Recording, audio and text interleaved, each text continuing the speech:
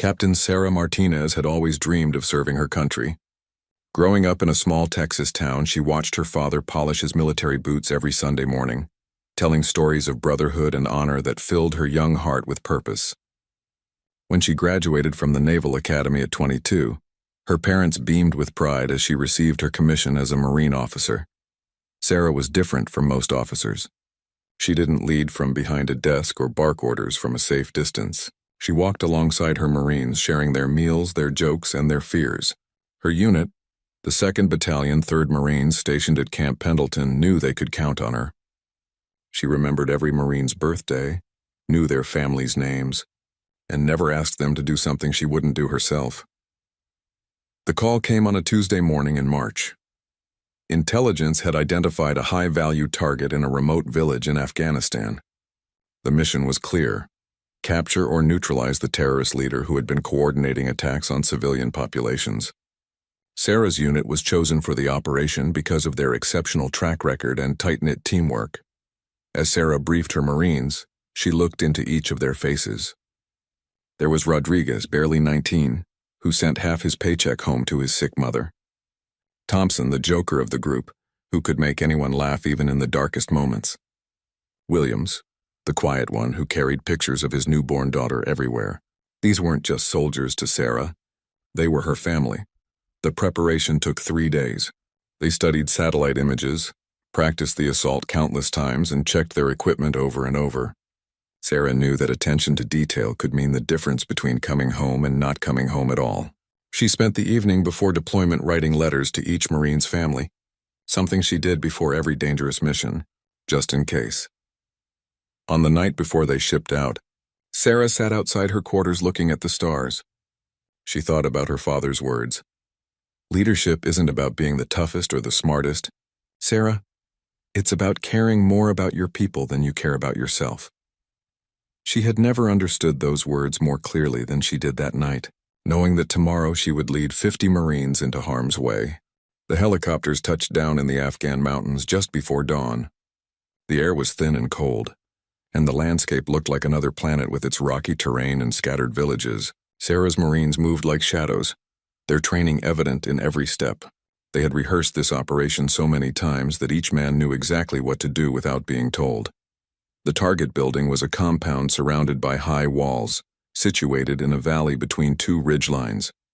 Intelligence suggested the terrorist leader was inside, planning another attack on a school in Kabul. The mission had to be swift and precise. Any delay would give the enemy time to escape or call for reinforcements. Sarah positioned her Marines in 3 teams. Alpha Team would breach the main gate, Bravo Team would secure the perimeter, and Charlie Team would provide overwatch from the surrounding hills. As the operation commander, Sarah would lead Alpha Team into the compound. It was dangerous, but she had never asked her Marines to take risks she wasn't willing to take herself. At precisely 05:30 hours, the assault began. Alpha Team moved through the breach with military precision, clearing room by room. The compound was larger than expected, with several buildings connected by covered walkways. Sarah's team found evidence of recent activity: warm food, fresh clothing, and ammunition scattered throughout the rooms. Then everything changed in an instant. As Sarah's team entered the main building, they triggered a hidden explosive device. The blast was deafening and smoke filled the air. When the dust settled, Sarah realized they had walked into a trap. The terrorist leader had anticipated their arrival and had booby-trapped the entire compound. Sarah quickly assessed the situation. 3 of her Marines were wounded, including Rodriguez, who had taken shrapnel in his leg. Enemy fighters began firing from concealed positions throughout the compound.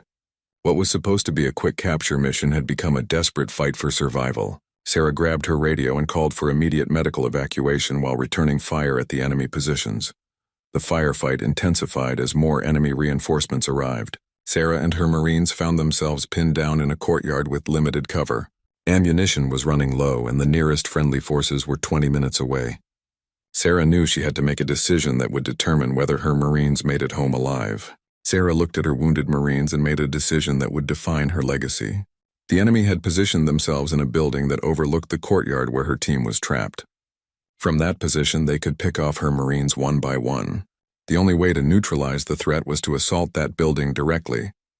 but it meant crossing 30 yards of open ground under heavy fire. "Thompson, Williams, get Rodriguez and the other wounded to that wall," Sarah ordered, pointing to a thick stone barrier that would provide better protection. "I'm going to take the fight to them." Her Marines immediately protested, but Sarah had already made up her mind. She had spotted a weakness in the enemy's position, a blind spot created by the building's architecture that would allow her to approach unseen if she moved fast enough. Sarah gathered every grenade she could carry and checked her rifle one last time. She looked at her Marines, these young men who had followed her into hell without question. "Take care of each other," she said simply. Then, without waiting for a response, she sprinted from cover toward the enemy position. The enemy fighters were so focused on the Marines in the courtyard that they didn't notice Sarah's flanking maneuver until it was almost too late. She reached the base of the building and began climbing an external staircase, her heart pounding but her hands steady. These were the moments that separated good leaders from great ones, the willingness to sacrifice everything for the people who trusted you. As Sarah reached the second floor, enemy fighters finally spotted her. Bullets whizzed past her head as she dove through a window into the building. Inside, she found herself facing 4 armed insurgents. The next few minutes became a blur of gunfire, explosions, and desperate hand-to-hand combat. Sarah fought with the ferocity of someone protecting her family, because that's exactly what she was doing. She managed to eliminate 3 of the fighters and severely wound the 4th, but not without cost. Sarah had taken a bullet in her shoulder and another in her abdomen. She could feel her strength ebbing away, but the enemy position was neutralized. Her Marines in the courtyard were safe, and rescue helicopters were finally approaching. Sarah dragged herself to the window to signal the evacuation teams, knowing that she had accomplished her mission but uncertain whether she would live to see her Marines reach safety.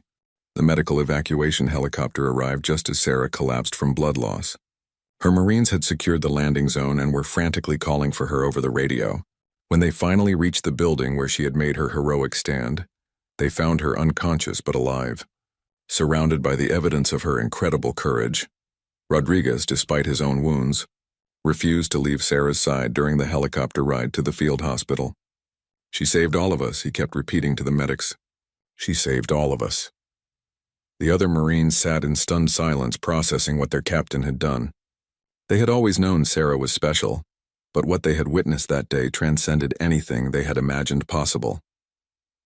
At the field hospital, military surgeons worked frantically to save Sarah's life.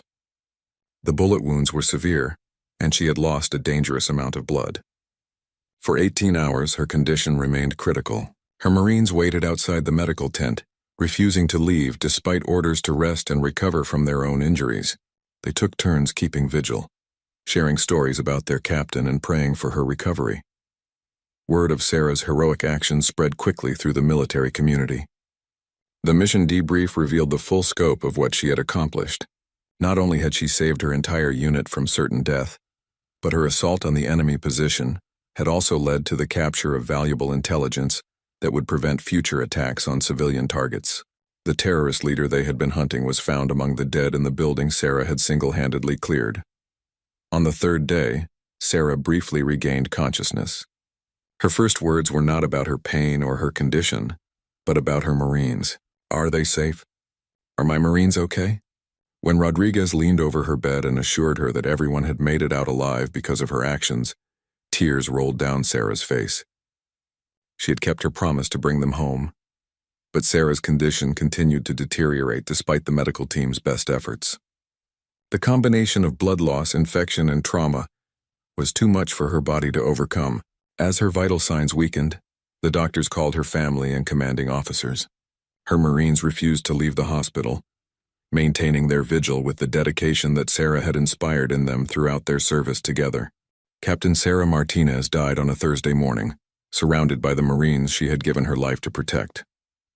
Her hand was held by Rodriguez, who whispered words of gratitude and love as she took her final breath. The entire medical facility fell silent as word spread that they had lost not just an officer, but a true hero who embodied everything the Marine Corps represented. The news of Sarah's death traveled across military bases around the world within hours. Her story became legendary.